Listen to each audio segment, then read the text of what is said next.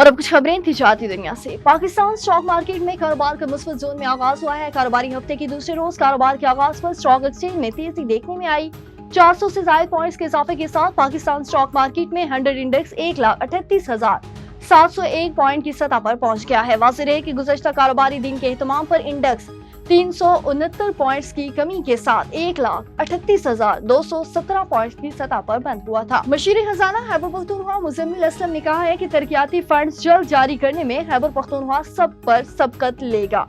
अपने बयान में मुज़म्मिल असलम का कहना था कि तरक्याती फंड्स जल्द जारी करने में खैबर पख्तूनख्वा ने तमाम सूबों और वफाक को पीछे छोड़ दिया है। महकमा खजाना खैबर पख्तूनख्वा ने माली साल 2025 और 26 के 20% फंड्स नए माली साल के दूसरे हफ्ते में जारी कर दिए। सूबाई मशीर खजाना का कहना था कि महकमा खजाना खैबर पख्तूनख्वा ने 14 जुलाई को बंदोबस्ती जम-इज़ला और AIP के फंड्स जारी कर दिए हैं। और आलमी मार्केट में सोने की कीमतों में इजाफे के बायस पाकिस्तान में भी सोने के नर्ख बढ़ गए हैं। बैनुल-अक़वामी मार्केट में फी ऑन सोने की कीमत $36 इजाफे के साथ $3,367 हो गई है, जबकि पाकिस्तान में फी तोला सोने की कीमत में 3600 रुपए और 10 ग्राम सोने की कीमत में 3087 रुपए का इजाफा रिकॉर्ड किया गया है। कीमतों में इजाफे के बायस मकामी सराफा बाजारों में फी तोला सोने की कीमत 3,61,200 रुपए और 10 ग्राम सोने की कीमत में 3,09,671 पॉइंट हो गई है।